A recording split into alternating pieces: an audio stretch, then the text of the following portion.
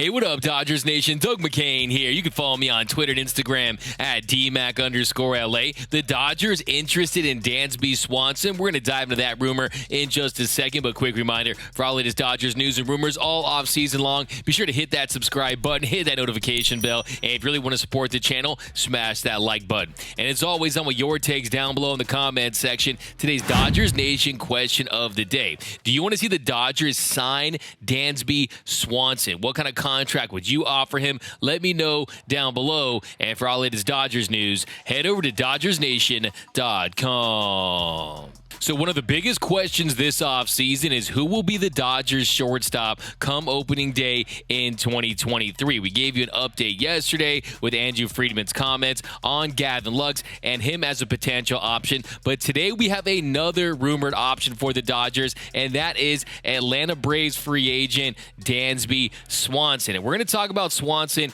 in just a second, but we also have a little update on Carlos Correa. John Heyman wrote, Dodgers people love Carlos Correa as a player, but there appears to be some reluctance there over the Astros 2017 cheating scandal, which would cause them to more seriously consider the other three superstar shortstops on the market. And then yesterday, Scott Boras, he told reporters that Carlos Correa is, quote, the Dior of defense, the Hermes of hitting, the Louis V of leadership, the Prada of the postseason. I think I'll add some myself. How about the Chanel of cheating, the Burberry of banging? No, okay, I know some of you want to see Correa on the Dodgers. I'm just having a little fun, but it does seem that that could be a problem for LA. It could be a tough sell job to their fans that don't want to see him in Dodger blue, to fans that haven't gotten past what happened in 2017. And yesterday I ran this poll over on the Dodgers Nation Twitter where I asked you guys, would you accept Carlos Correa on the Dodgers even though he played a big role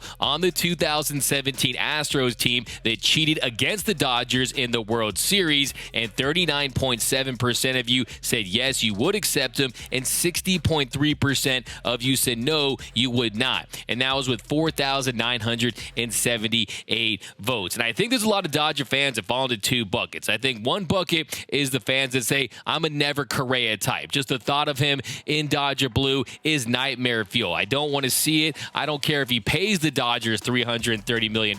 I don't want him in Dodger blue. The no way a Correa crowd. And then there's this other part of Dodgers Nation that says, hey, we want to shake things up. We want the fire and passion that Carlos Correa brings. We want his postseason prowess in Dodger blue. We think that can help this team win the World Series. And a lot of fans are out there saying, hey, we just want to win the World Series. We don't care how we do it. If he can help us win the World Series, we are here for it. And then there's just some Dodger fans that don't say anything. So I do think, yes, it is starting to shift a little bit. I think the Dodger fans that are against it, the ones that say, hey, I won't root for the Dodgers anymore, I'm done, I think they'll creep back in if he had success and he wins them over at some point. Because you have a lot of time to win fans over in a Major League Baseball season. You have 162 games plus the postseason. If he goes on a run and this team brings a different energy, maybe they turn it around. But as far as the organization is concerned, I think the fact that they're even considering what happened in 2017 maybe means it's a non-starter. Now, I do think the Dodgers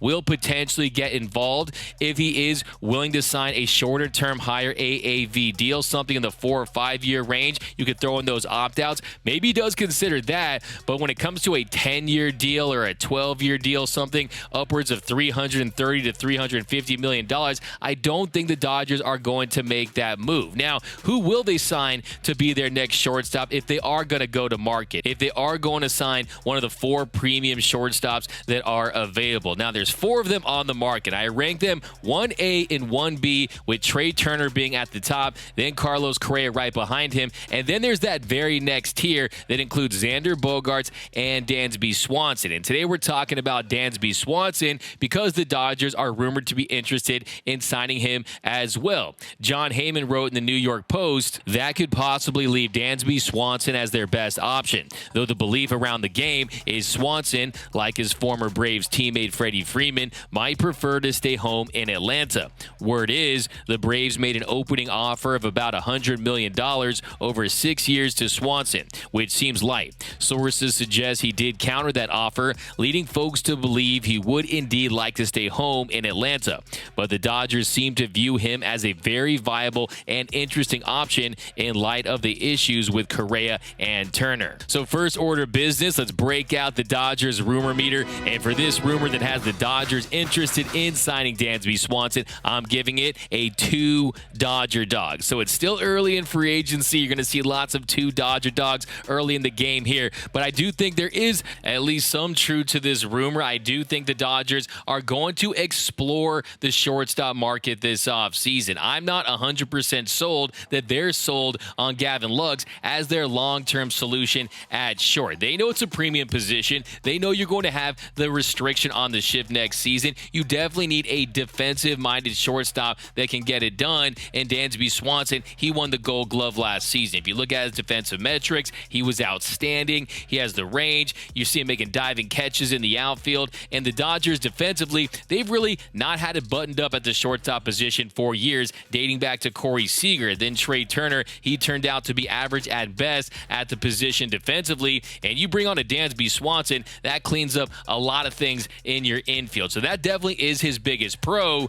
He was in the 100th percentile and outs above average. He had 9 defensive runs saved last season. His arm is off the charts. His range isn't the best of the best, but still really nice range. So Dansby Swanson defensively, he's an absolute 10. The question I have is, what is he offensively? Because we know in 2022, he had his best and most consistent year at the plate, where he slashed 277, 329, 447, had a 776 OPS, 25 home runs, 18 stolen bases, and a 116 WRC+. So his bat was 16% above league average. Also started all 162 games for the first time in his 7-year career. It's kind of funny how all these players in their contract here, they suddenly are able to play so many games. They never hit the IL. And look, he turns 29 in February, so he is in the prime of his career. And if you look at his year last year, really got off to a slow start. He had a 644 OPS in April, and then he turned it on in May. Had an 847 OPS in May with 5 home runs, 17 RBIs. And then in June, he caught fire, a 953 OPS, 7 home runs. And in the first 17 games of July, he posted an 823 OPS, and he made his first career All-Star team. Then after the All-Star break, then he started to fade a little bit. He had a 675 OPS in August, a 723 OPS over the last 31 games of the season. And then in the postseason, he went just 2 for 16 with a double and scored 3 runs in the Braves' NLDS loss to the Philadelphia Phillies. So there is definitely a lot to like when it comes to Dansby Swanson. The pros, elite defense at a premium position. He's very durable. Played 162 games in 2022, 160 in 2021, all 60 games in 2020. He also will come at a much cheaper price than a Carlos Correa or a Trey Turner or even a Xander Bogaerts. Of those big 4 shortstops, he will command the cheapest contract. And the reason for that is he hasn't proven to be a great hitter throughout his career. For his career, he has a 94 WRC+. So for the majority of his 7-year career, he has been a below average bat. Now, good thing for Dansby Swanson, he was able to put together a really nice year offensively in his platform season. But the big question I have is, who is the real Dansby Swanson? Because last year, he posted a 6.4 F-WAR. That was nearly double his previous career high that was 3.4 in 2021. He also strikes out a ton, a 26.1 strikeout rate. That was 3rd in Major League Baseball among qualified shortstops. Had a very high BABIP last year, a 348 BABIP. That was 2nd highest among shortstops. He doesn't have a great track record in the postseason. His postseason strikeout rate is 32.8%. So do you really want to see another Dodger up there swinging and missing and getting overmatched by elite velocity? I'm not so sure I want to see that. I think I want a guy that has a little better of a track record at the plate. It almost feels like if whatever money that he gets this offseason, a lot of teams are going to be focused solely on that 2022 season and thinking they're going to be getting a Dansby Swanson that's going to be playing elite defense along with a 110 or 116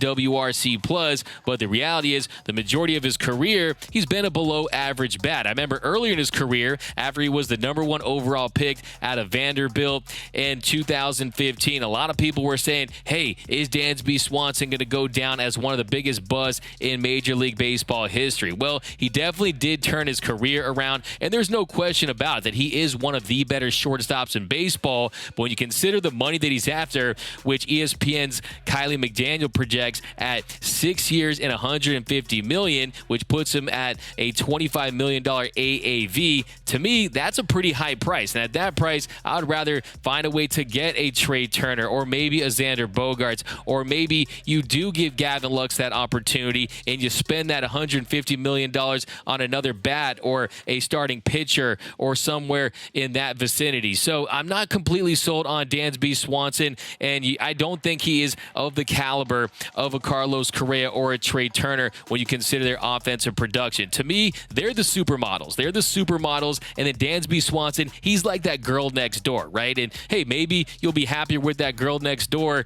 and they're going to be a little more inexpensive, but I just don't think he's going to move the needle enough. I love the fact that he's friends with Freddie Freeman. He's friends with Walker Buehler. They're Vanderbilt friends, but I just don't think he's going to inject a big spark in this team that I think it so desperately needs. So I'm just not big on the idea of Dansby Swanson, especially if you squint and you look. Dansby Swanson is very similar to Willy Adames when you consider the fact they both have some pop, they hit home runs, but they also strike out at a high rate. I would much rather trade for Willy Adames, who also is a top 5 shortstop defensively, also hits for pop, also strikes out at a high rate, but is only under team control for 2 more seasons, where Dansby Swanson, he's 29 years old, you lock him up for 5 years at $150 million.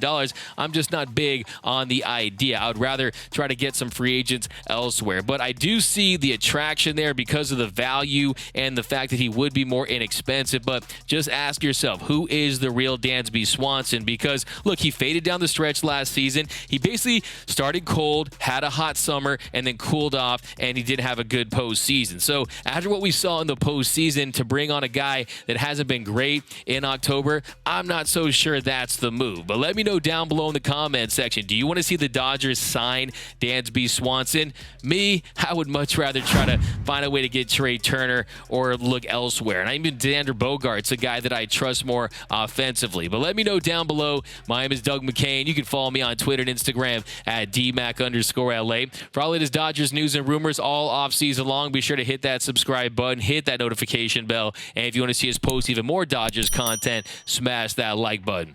And as always, think blue, bleed blue, and I'm out.